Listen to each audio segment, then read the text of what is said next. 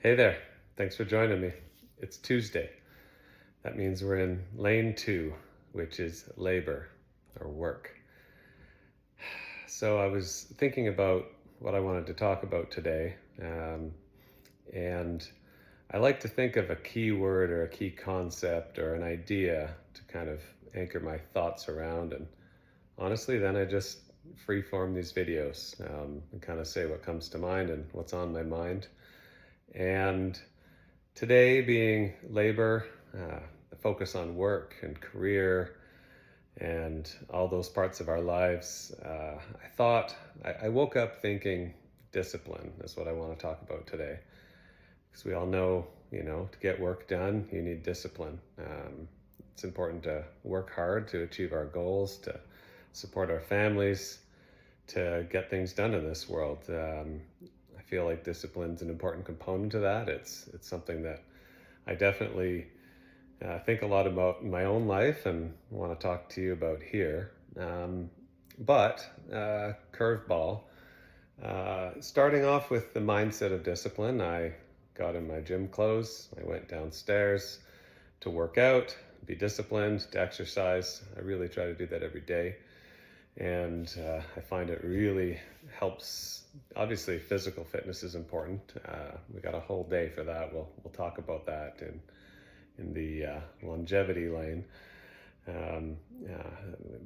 Once a week I'll focus really on health and wellness and fitness. But keeping on the topic of work and discipline, I went downstairs, being disciplined to exercise and, do that part of my life and really focus on my health. And a funny thing happened. I bumped into a woman in the gym that was carrying a guitar and another woman that had some uh, cushions and was setting up, yoga mats and stuff in the studio. And I kind of asked her, "What are you guys doing?"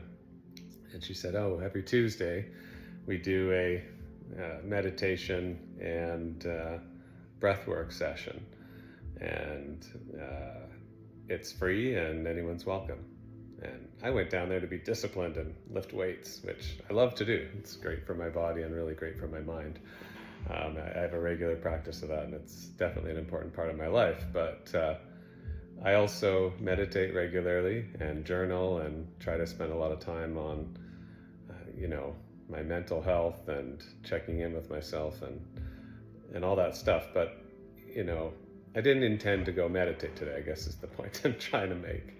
And I accidentally stumbled into this meditation session. I asked if I could join, and she said, "Yes, please. We just started this. We're trying to connect with more people." And so there was the meditation session leader, and the other woman was playing guitar and doing these bowls and this beautiful, soft, relaxing music. And so anyways, being new, not many people know about it. I was the only person that joined, and so it was the two of them and me. So lucky me, I got a private meditation and breathwork session today. That was interesting. It was a new experience for me.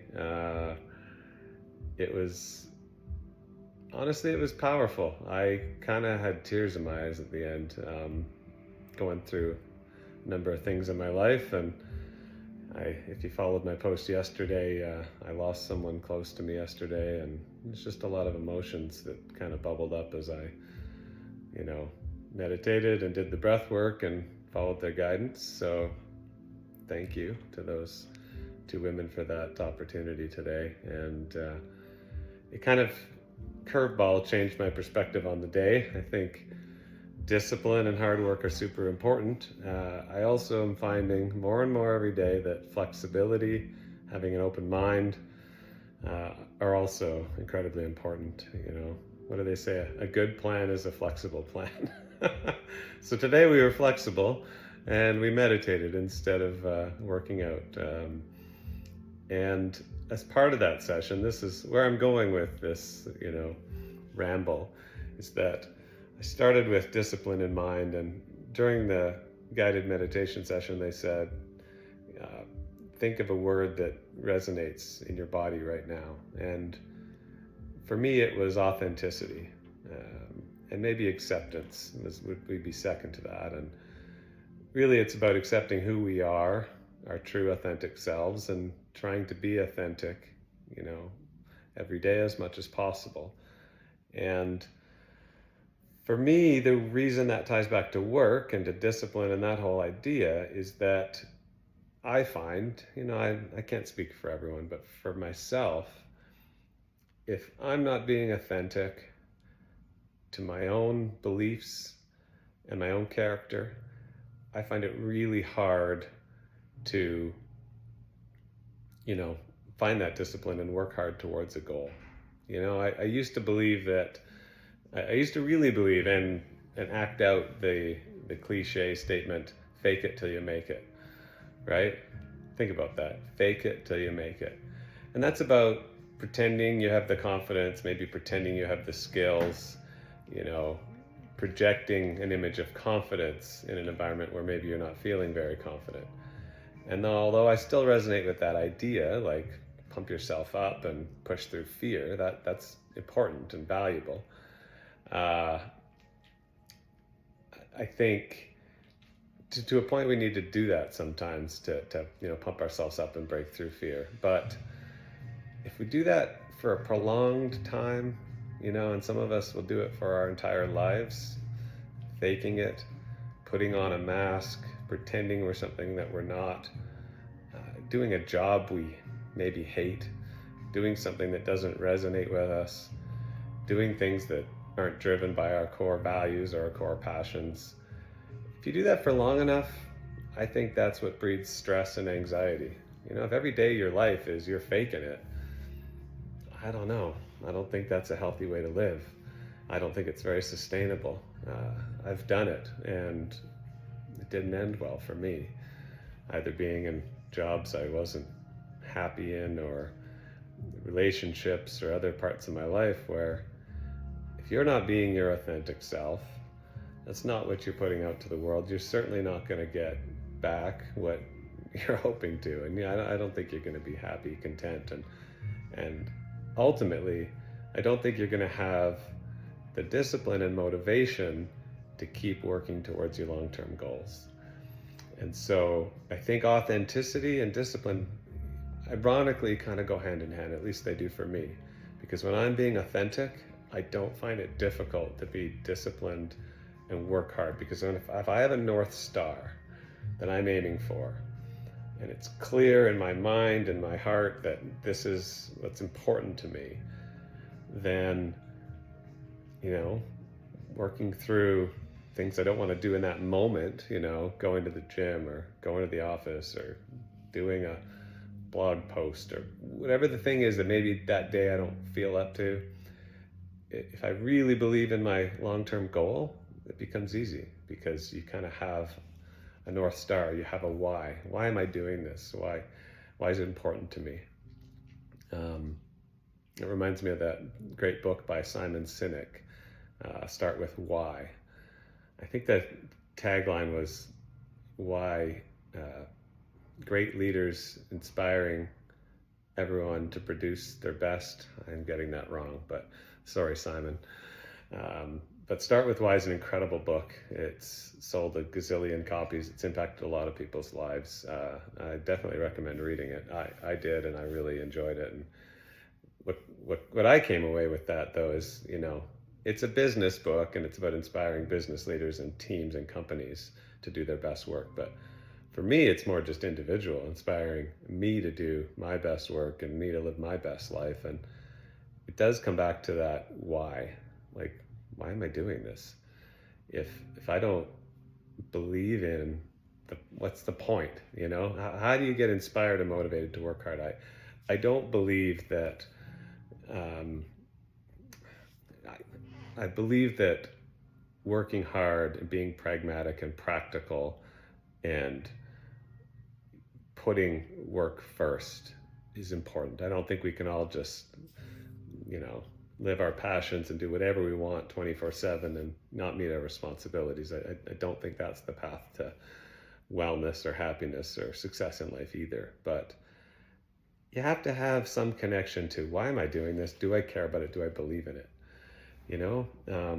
for the young people out there, if you're watching this, if you haven't picked a career yet, if you're still in high school or even college, you know, I'd encourage you to think about, you know, maybe that Venn diagram. You ever heard of these Venn diagrams? It's like three circles that overlap each other, and where they all overlap in the middle is this point of commonality between the three sections. So I think about, you know, life and career and this stuff, like picking what you're going to do with your life.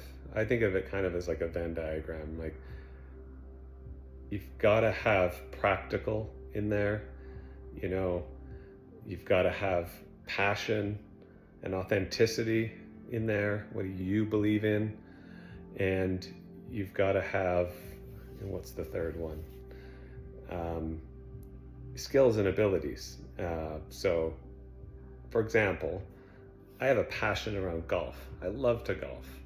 I golf since I was a kid. It's sort of my favorite sport. It's something that I really enjoy doing. I would love to do it for a living. It's definitely a passion. You know, and maybe if you'd start young enough in the right environment, with the right coaching, the right support, absolutely. Kids out there, if you're a good golfer, don't shy away from trying to be a pro golfer. That's awesome. Chase your dream, for sure. But for me, in my mid-40s, I'm not good enough to be a pro golfer, and I'm okay with that.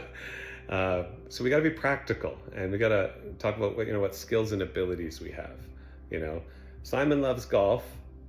Simon's okay at golf, but he doesn't have the skills and abilities to be a pro golfer, and the circumstance isn't such that it's practical for him to focus on that as his job. So that one doesn't check all the boxes. You know, that's not the right path. And so I'd encourage people to think about, you know, their own framework, but that sort of thought process, which is, what am I passionate about? What am I actually good at? That's important.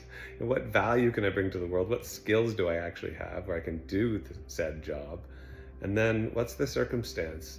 You know, where do I live? What are my opportunities? What's the practicality component to this?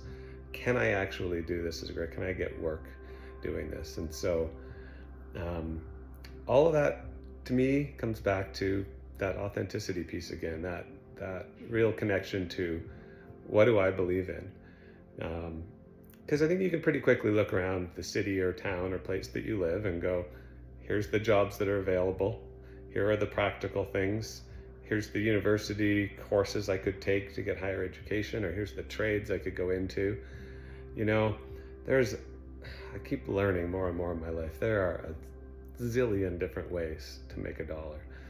And growing by the minute with the power of the internet and social media and all these different outlets for connecting and providing value to people in the world. There's a lot of different ways to make a living. And, you know, work hard, have discipline, be practical, but you got to start with, you know, what do I enjoy? What's important to me? Because if you don't do that, you know, kids out there, don't just get the job your parents told you to because it was what they wanted or was the smartest thing to do or the most practical. Like I said, practical matters, but if you hate math, don't go be an accountant. You know, if you can't stand or are not good with numbers, that's not the path for you. If you hate sports, but your parents say you've got to be a pro golfer, but it doesn't resonate with you, well, that's not the path for you. You know, you got to find that overlap and that confluence between your passions, your skills, and practical reality in the place that you live. And so I'd encourage you to think about that and find that balance for yourself, and, you know, maybe leave you with that thought for the day about authenticity and discipline. Be true to yourself, or that discipline component that's required, you know, to live a successful, for lack of a better word, but, you know, happy and balanced and successful life. It does take work, right? But unless you're true to yourself, it's going to be hard over the long term to continue to do that work. So be true to yourself, people. Until next time, take care.